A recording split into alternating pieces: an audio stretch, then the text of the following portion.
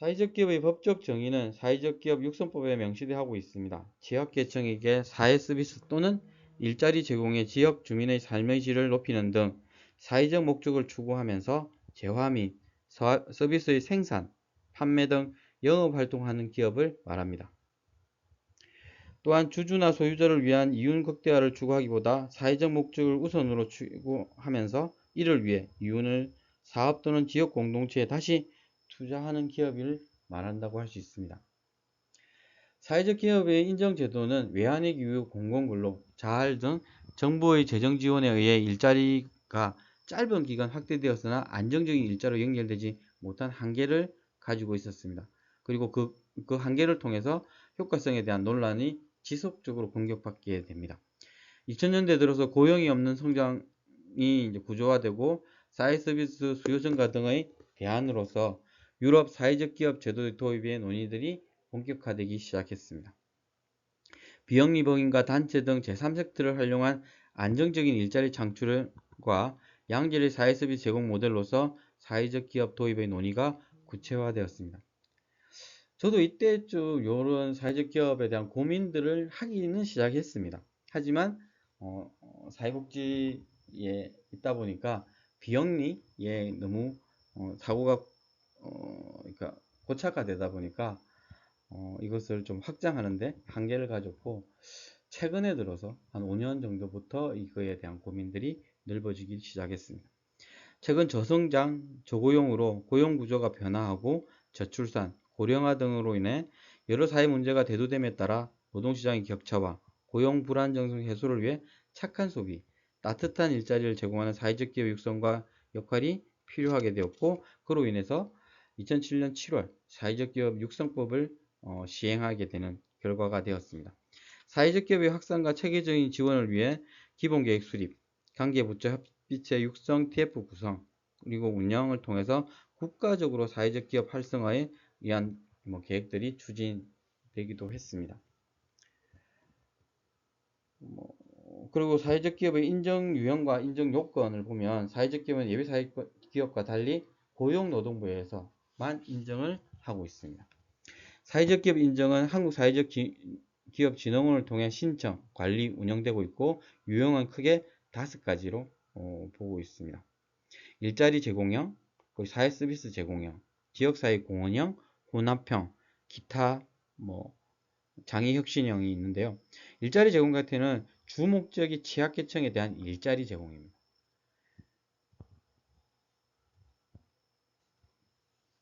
그리고 두 번째 같은 경우 사회 서비스 제공형 같은 경우에는 취약계층 대상의 사회 서비스를 제공하는 게, 지역사회 공헌형 같은 경우는 지역사회에 대한 공헌활동, 혼합형에 관한 취약계층 대상 일자리와 사회 서비스 제공, 그리고 기타 혁신 같은 경우는 사회 목적의 실현 여부를 계량화하기에 힘들 경우에 지정하는 형태라고 볼 수 있습니다. 사회적 기업은 예비 사회적 기업보다 인정 요건이 더욱 강화된다고 할 수 있습니다. 조직 형태는 민법에 따른 법인, 조합, 상법에 따른 회사, 합자회사, 합자조합, 특별법에 따른 설립 부분에서 비영리 민간체 등을 갖추고 있고, 민법에 따른 법인, 조합, 상법에는 회사, 합자조합, 공익법인 설립의 운영에 대한 부분 공익법인, 비영리 민간단체 지원법에 의한 비영리 민간단체, 사회복지사업법에 있는 사회복지법인, 소비자생활협동조합법에 따른 소비자생활협동조합, 협동조합 기본법 제2조에 따른 협동조합, 협동조합연합회, 사회적 협동조합, 사회적 협동조합 연합회, 그 밖에 다른 법률에 따른 비영리단체, 그리고 사회적 기업 인정 조직 형태의 예시로 보면 사단법인, 재단법인, 주식회사, 유한회사, 합자회사, 한명회사, 합자조합, 유한책임회사, 공익법인, 비영리민간단체, 사회복지법인, 사회적 협동조합, 일반협동조합, 영농조합법인, 농업회사법인 등 개인사업자는 안 된다라는 부분으로 보시면 될 것 같아요. 그리고 유급 근로자의 고용, 유급 근로자를 고용해 재화와 서비스의 생산, 판매 등 영업활동을 수행하여야 된다라는 부분이고, 사회적 기업 인정 신청 기업은 신청 전월 말 기준에서 1명 이상의 유급을 반드시 고용해야 되는데, 일자리 제공형 같은 평균 3명 이상을 고용해야 된다. 고용 형태에 상관없이 고용보험에 가입된 자를 모두 유급 근로자로 인한다. 그러니까 여기에 보면 15시 이상만 근무하게 되면 유급 근로자로 본다는 거죠. 대표적인 배우자, 대표자의 배우자, 배우자의 배우자의 직계존 비속, 임원은 고용보험 가입 여부와 관계없이 유급 근로자에 산정해서 제외한다. 라는 부분으로 보시면 될 것 같습니다. 이어서 사회적 목적 실현에 대한 이야기들을 하고 있고요. 지역계층에게 사회 서비스 또는 일자리를 제공하거나 지역사회에 공헌함으로써 지역 주민의 삶의 질을 높이는 등 사회적 목적의 실현을 주된 목적으로 해야 하고 사회적 기업 육성법 시행령 재구조에 따른 5가지 유형들이 중에 하나가 되어야 된다라는 부분입니다. 아까 앞에서 했던 부분하고 일맥상통하는데요. 일자리 제공형 같은 경우는 취약계층 대상 일자리 제공 전체 근로자 중 취약계층 고용 비율이 30%를 넘겨야 된다. 그리고 사회서비스 제공형 같은 경우는 취약계층 대상 사회서비스를 제공해야 되고 전체 서비스 수혜자 중 취약계층 비율이 30%를 넘겨야 된다. 지역사회 공헌형 같은 경우는 지역사회에 대한 공헌, 주된 목적이 지역의 인적, 물적 자원을 활용해 지역 주민이 소득과 일자리를 늘리는 것을 실 경우에 해당 조직의 전체 근로자 중 해당 조직에 있는 지역에 거주하는 취약계층의 고용 비율이나 해당 조직으로부터 사회서비스를 받는 사람 중 지역 취약계층 비율이 20%를 넘겨야 되는 부분을 이야기하고 있고 주된 목적이 지역의 빈곤, 소외, 범죄 등 사회문제 해결을 하는 것일 경우 해당 부분의 조직의 전체 수입 또는 지출의 40% 이상이 해당되어야 됩니다. 주된 목적이 지역에서 사회적 목적을 우선으로 추구하는 조직에 대한 컨설팅, 마케팅, 자금 등을 지원하는 경우 해당 부분의 조직의 전체 수입 또는 지출의 40%를 배치를 해야 되는 거예요. 그리고 네 번째 혼합형의 경우 취약계층 대상 일자리와 사회서비스 제공, 전체 근로자 중 취약계층의 고용 비율과 사회서비스를 받는 취약계층의 비율이 각각 20% 이상을 차지해야 된다라고 하고 있습니다. 그리고 마지막으로 기타 창의혁신형 같은 경우에는 사회적 목적 실현 여부를 위해 4개에서 찾기가 곤란할 경우에 지정을 받는 그러니까 한때는 그러니까 지금 최근에는 요 기타 창의혁신형이 조금 많아지는 부분이 있다라고 보시면 될 것 같고요. 사회적 기업의 유형은 주된 제품과 서비스에 따라 정형화된 부분이 존재하게 되는데 어떤 유형이든 사회적 기업의 인정을 신청할 수 있으나 특히 기타형의 경우 정량적으로 표현할 수 없는 내용이 다수 포함되어야 하므로 문화예술 등 불특정 다수를 대상으로 서비스를 제공하는 조직이 용이하게 됩니다.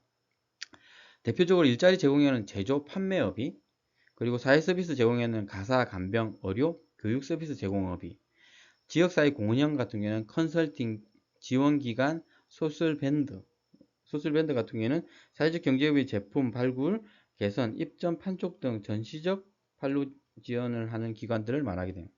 혼합형은 교육 서비스 제공업이 여기에 좀 하게 되고 아까 앞에서 말했던 기타 장애혁신 같은 경우는 문화예술이 유리하다라고 보시면 될 것 같습니다. 그리고 여기에 대해서 이해관계자가 참여하는 의사결정 구조가 필요하게 되는데 당해 기업의 임원이나 이사 외에도 서비스의 수혜자, 근로자 등 다양한 이해관계자가 참여하는 의사결정 구조를 갖추어야 된다.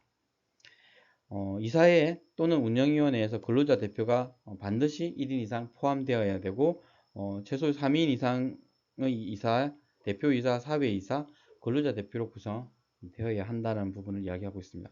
이사회 회의록을 통해 민주적 의사결정 구조의 정빙이 필요하게 됩니다. 어떤 일을 하더라도 그러니까 이사회의록 그리고 뭐 총회회의록은 가지고 있어요. 그러니까 총회가 필요한 기관은 총회, 이사회의 결정이 필요한 데는 이사회 이런 것들이 담겨 있어야 된다라고 할 수 있습니다.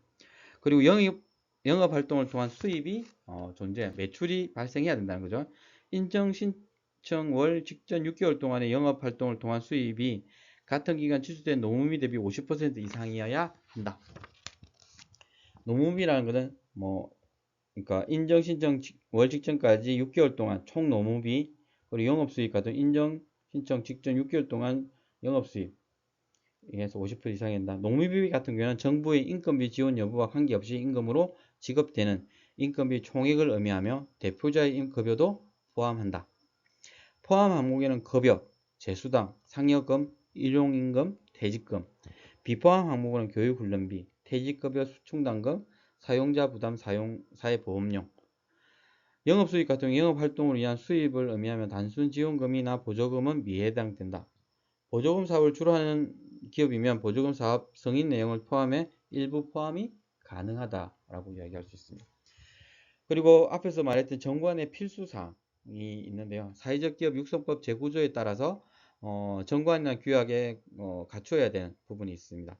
의사결정 방식, 주주총회, 이사회, 운영위원회, 조합원 총회 이런 것들이 있겠죠. 그리고 수익 배분과 재투자에 대한 이야기들을 하고 있습니다. 재정, 재산, 회계. 회계에는 수익사업, 잉여분 저금, 수익처분 관리, 그리고 이익 배당, 수익 배분을 어떻게 한다라는 내용들이 담겨 있어야 되고, 출자와 융자, 주식, 사채, 출자, 융자, 차입금 규정 등을 포함하고 있습니다. 포함해야 됩니다. 그리고 종사자의 구성 및 임면, 조합은 회원들과 조직과 임원, 사무처, 사무국, 근로자에 대한 부분의 규정들을 명확하게 담고 있어요. 조합원 같은 경우 회원에 대한 부분을 어떻게 하고 있다? 조직의 임원 같은 경우 이사, 감사, 이런 것들, 사무처에 있는 사무국 직원, 임원일 수도 있고 아니면 그거에 대한 구체적 근거들을 과 역할들을 두고 있어야 되는 거죠.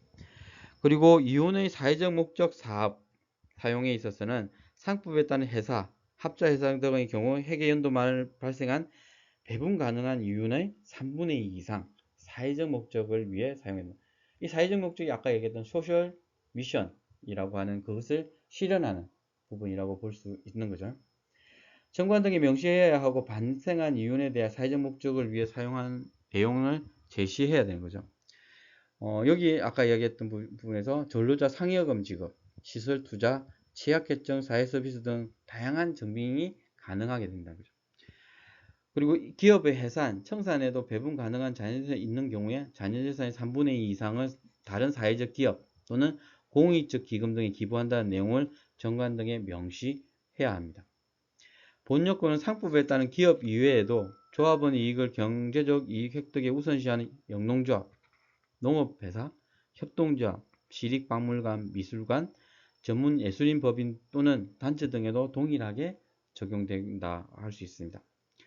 표 1-5를 보면 예비 사회적 기업과 사회적 기업 인정 요건의 비교를 하고 있는데요.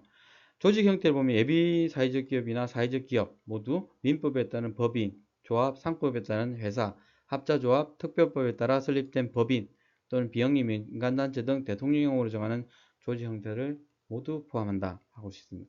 하지만 예비 사회적 기업이 같은 유급 근로자의 고용에 있어서 반드시 고용해야 되는 건 아니지만 일자리 제공일 경우 최소 평균적으로 1명 이상을 고용해야 된다. 하지만 사회적 기업 같은 경우에는 유급 근로자를 1명 이상 고용해 재화와 서비스 생산, 판매 등 영업 활동을 수행해야 하며 일자리 제공형 평균 3명 이상을 고용해야 한다. 사회적 목적 같은 경우에는 또 이제 예비 사회적 기업이나 사회적 기업이 같다라고 볼 수 있는데요. 취약계층에게 사회 서비스 또는 일자리를 제공하거나 지역사회에 공헌함으로써 지역 주민의 삶의 질을 높이는 등 사회적 목적의 실현을 조직의 주된 목적으로 할 것이라는 부분을 명시하고 있습니다. 이해관계자가 참여하는 의사결정 구조를 적용하고 있고 서비스 수혜자, 근로자 등 이해관계자가 참여하는 의사결정 구조를 갖추어야 한다. 사회적 기업 같은 경우에는 부분이 있고요. 영업활동을 위한 수입 이런 부분에서 그러니까 예비 사회적 기업 같은 경우는 공고일이 속한 달에 재화나 서비스를 생산, 판매하는 등 영업활동을 수행해야 하며 매출이 없더라도 사회적 목적의 실현이 명확하다면 이것을 평가해서 참고해서 평가할 수 있다. 사회적 기업 같은 경우 영업활동을 통한 수입, 노무비의 50% 이상에 대한 부분을 명시해야 되는 부분이 있고 정관의 필수사항, 사회적 기업 육성법에 따라서 규약 이런 것들이 있어야 되고 이윤의 사회적 목적도 상법에 따른 회사, 합자 회사의 경우 회계연도별로 발생한 이윤에 대해서 사회적 목적을 위해 사용해야 된다라는 내용들을 담고 있습니다. 이어서 사회적 기업과 뗄래야 뗄 수 없는 취약계층에 대해서 한번 구체적으로 살펴볼 건데요. 이번 시간에 다 하지 못하는 내용이 있다면 다음 시간에 연결해서 좀 더 짚어보는 시간을 가져보도록 하겠습니다. 사회적 기업에서 취약계층은 필수 불가피한 존재, 사회적 목적 달성을 위해 취약계층을 고용하거나 취약계층에게 서비스를 제공하는 것들을 목적으로 하고 있다는 부분입니다. 사회적 기업의 기본 교육이 된 자활기업과 마찬가지로 사회적 기업을 인정해야 하는 주체 역시 고용노동부이므로 취약계층에 대한 부분은 매우 중요하다 할 것입니다. 1세대 사회적 기업은 일자리 제공이 대부분으로 다수의 취약계층을 고용하는 것이 대표적인 사례였으나 현재는 사회적 기업이 추구하는 목적에 따라 다양한 취약계층과 동행할 수 있는 관점에서 바라보고 있습니다. 취약계층의 세부 유형과 판단 기준을 한번 보면 사회적 기업 육성법에 잘 나와 있는데요. 시행령 제2조에 따라 취약계층은 자신에게 필요한 사회 서비스를 시장 가격으로 구매하는 데 어려움이 있거나 노동시장의 통상적인 조건에서 취업이 특히 곤란한 계층을 가르친다고 할 수 있습니다. 취약계층의 세부적인 유형들을 한번 보면 대표적인 첫 번째가 저소득층입니다. 저소득층은 사회적 기업 육성법 제2조 제2항에 있는 부분인데요. 가구 월 소득 기준이 전국 가구 월 평균 소득의 100분의 60 이하인 사람. 조금의 차이는 있을 겁니다. 이 책이 나온 시점하고 조금은 차이는 있는데 그 부분은 다시 조금 찾아보고 말씀드리도록 하겠습니다. 전국 가구 월평균 소득, 통계청에 공표되는 가구당 월평균 가계수지의 직전 연도 3, 4분기 월평균 소득을 말한다라고 이야기할 수 있는데요. 요 소득의 100분의 60 이하인 사람. 2020년 기준으로 보면 1인 가구는 158만 9천원 정도, 2인 가구 같은 경우는 262만 7천원, 3인 가구는 337만 6천원, 4인 가구는 373만 5천원, 5인 이상에는 416만 3천원 정도가 여기에 속한다 할 것입니다. 그리고 근로소득 원천 징수 영수증, 수급자 증명서, 복지 대상자 급여 신청 결과 통보서, 소득금액 증명원, 건강보험 납입 고지서 등으로 최근 6개월간의 월평균 소득을 확인할 수 있습니다. 두 번째는 고령자입니다. 만 55세 이상의 사람. 저도 얼마 안 남았네요. 그리고 주민등록번호로 확인이 가능하다라고 할 수 있고요. 그리고 장애인 같은 경우에는 장애인 고용촉진 및 직업재활법 제2조 1호에 있는 부분에서 신체 또는 정신상의 장애로 장기간 직업생활에 상당한 제약을 받고 있는 사람, 복지카드, 장애인 증명서, 상위군경회원증, 장애인 진단서 등으로 확인을 할 수 있습니다. 네 번째는 성매매 피해자입니다. 성매매, 알선 등 행위의 처벌에 관한 법률 제2조 제1항 제4호에 의해서 위계, 위력, 그 밖에 이에 준하는 방법으로 성매매를 강요당한 사람, 업무관계, 고용관계, 그 밖의 관계로 인하여 보호 또는 감독하는 자에 의해 마약류 관리에 관한 법률 제2조에 따른 마약, 향정신성 의약품 또는 대마에 중독되어 성매매를 한 사람, 청소년 사물을 변별하거나 의사를 결정 능력이 없거나 미약한 사람 또는 대통령령이 정하는 중도한 장애가 있는 사람으로서 성매매를 하도록 알선, 유인된 사람, 성매매 목적의 인신매매를 당한 사람, 그리고 성매매 피해 여정 쉼터, 보호시설 이용자 또는 상담, 심리, 치료기관 등을 확인수로 확인이 가능하다. 다섯 번째, 청년, 경력단절 여성 중 고용촉진 장려금 지급 대상자가 여기에 속하는데, 청년인 경우는 만 15세 이상 29세 이하, 요게 이제 34세로 확대되고 지자체에 따라서는 49세로 확장되는 부분들이 있습니다. 경력단절 여성의 경우에는 혼인, 임신, 출산, 육아와 가족관계 구성원들의 돌봄 등을 이유로 경제활동을 중단했거나 경제활동을 한 적이 없는 여성 중 취업을 희망하는 여성을 경력단절 여성이라고 정의하고 있습니다. 그리고 고용촉진 장려금 지급 대상자도 여기에 속하는데요. 고용보험법 시행령 제26조 제1항에 따라서 고용장려금, 고용안정장려금의 신청, 지급에 관한 규정에 따라 고용촉진 장려금을 지급받은 대상자, 그리고 취업성공 패키지, 직업교육 훈련 프로그램, 고령자 취업 능력 향상 프로그램, 학교 밖 청소년 지원 프로그램 등 취업 지원 프로그램에 참여 확인서나 수료증 등으로 확인이 가능합니다. 이 서류들을 어떻게 구비하느냐, 필요로 하느냐에 따라서 달라집니다. 가장 아까 간단한 게 고령자였죠. 만 55세 이상. 주민등록등본이나 주민등록증만 있으면 확인이 가능한 부분입니다. 여섯 번째, 북한 이탈 주민.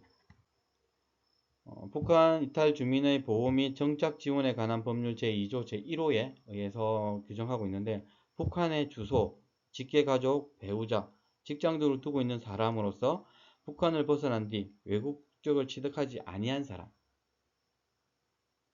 그리고 북한 이탈 주민 등록 확인서로 확인을 한다고 합니다. 일곱 번째, 가정폭력 피해자. 가정폭력 방지 및 피해자 보호 등에 관한 법률 제2조 제3호에 의해서 가정 구성원 사이의 신체적, 정신적 또는 재산상 피해를 수반하는 행위로 인해서 직접적으로 피해를 입은 사람, 그리고 가정폭력 피해자 보호시설 입소 확인서, 상담 확인증 등으로 확인이 됩니다. 여덟 번째, 한부모 가정지원법에 따른 보호 대상자. 이거는 한부모 지원법에 근거를 두고 있고요. 여성가족부 장관이 매년 보호 대상자의 최저 생계비, 소득 수준, 재산 정도 등을 고려하여 보호의 종류별로 정리하는 기준에 따라 해당하는 한부모 가족을 말하고요. 이건 한부모 가족 증명서로 확인이 가능합니다. 읍면동에서 발급을 하게 되는 거죠. 그리고 아홉 번째, 결혼 이민자입니다. 그러니까 다문화 가족이라고 이야기하는 부분에 있어서 표현하는데, 제외 한국인 처우개 기본법에 근거를 두고 있고요. 대한민국 국민과 혼인한 적이 있거나 혼인관계에 의해 있는 제한 외국인, 한국에 근무하는 부분이겠죠. 한국에 생활하는 국적 취득자의 경우 가족관계 등록부의 혼인관계 증명서, 국적 미취득자의 경우에는 외국인 등록증상 F2 또는 F5, F6로 확인이 가능하다라는 부분이 있습니다. 10번 갱생보호 대상자, 보호관찰 등에 관한 법률 제3조 3항에 의해서 형사처분 또는 보호처분을 받은 사람으로서 자립갱생을 위한 숙식 제공, 주거지원, 창업지원, 직업훈련, 취업지원 등 보호의 필요성이 인정되는 사람을 포함하는데요. 한국법무보호복지공단, 갱생보호법인, 그리고 이 지원했다는 확인서가 있으면 확인이 가능한데, 저도 처음 들어보는 갱생보호법인, 민간법인이 7개가 있다는데 이건 한번 확인해 보면 좋겠다라는 생각이 듭니다. 기타 1년 이상 장기실직자, 지방고용노동관서, 지방자치단체 또는 국가나 지방자치단체가 고용 촉진을 위한 사업을 위탁한 민간취업 알선기관에 구직을 신청한 날로부터 1년 이상 실업상태에 있는 사람, 구직 등록을 한 기록과 고용보험 피보험자 자격 이력 조회로서 확인이 가능하다. 고용노동부 워크넷이나 민간취업 알선기관, 직업소개서 등을 통해 구직 등록을 한 기록과 구직 등록일로부터 1년간 고용보험 피보험 자격 이력 조회 결과 취득 기록이 없는 경우에 해당한다 라는 부분이 있습니다. 12번째, 수용자입니다. 형의 집행 및 수용자 같은 경우에는 형의 집행 및 수용자의 처우에 관한 법률에 따른 수용자로서 출소 뒤 6개월이 지나지 아니한 사람, 교정시설에서 발급한 수용 증명 확인서로 확인이 가능하다. 그리고 소년원생, 보호소년 등의 처우에 관한 법률에 따른 소년원생으로서 태어난 지 6개월이 지나지 않은 사람, 소년에서 발급한 수용 증명서로 확인이 가능하다. 보호관찰 청소년, 보호관찰 등에 관한 법률에 따른 보호관찰 청소년, 보호관찰 중 기관에 발급한 증명서로 확인이 가능하고, 범죄구조 피해자도 여기에 속하게 됩니다. 범죄피해 보호자 시행규칙 별지 15조의 서식에 따라서 가족관계 증명서로 확인이 가능하다 라는 부분이 여기에 포함됩니다. 여기 있는 예를 들어 보면 범죄 피해자란 타인의 범죄 행위로 피해를 당한 사람과 그 배우자, 직계 친족, 형제 자매들을 말한다.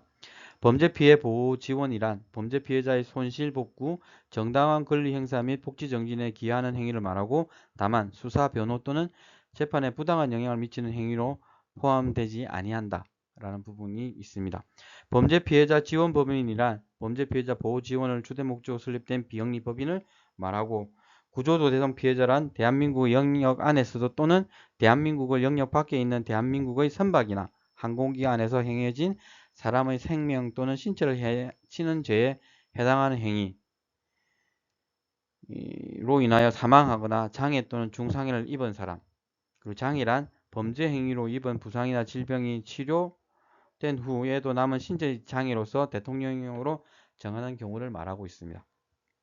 중상해란 범죄 행위로 인하여 신체나 그 생리적 기능이 손상을 입은 것으로 대통령령으로 정하고 있고, 범죄 피해 방지 및 범죄 피해자 구조 활동을 피해를 당한 사람도 범죄 피해자로 본다. 구조금의 지급 요건을 보면 국가는 구조 대상 범죄 피해를 받은 사람이 다음 각 후의 어느 하나에 해당할 때 구조 피해자 그리고 유족 피해자 구조금을 지급할 수 있다 라고 정의하고 있습니다. 이외에도 좀 더 많은 노숙인, 약물, 알코올 도박자, 선천성 희귀 난치병자, 여성 실업자 중에 가정부양 책임이 있는 사람, 여성 가장이라고 얘기하죠. 난민, 학교 밖 청소년, 보호종료 아동 이런 것들이 있는데요. 요것들은 다음 시간에 조금 더 구체적으로 설명드리도록 하고 이어서 진행하도록 하겠습니다. 수고하셨고요. 다음 시간에도 좀 더 그러니까 이 사회적 기업에 대한 부분에서 취약계층을 올바르게 이해해야 이 취약계층의 지원, 그 사회 문제 해결로 연결할 수 있다는 부분을 보시면 될 것 같습니다. 수고하셨습니다.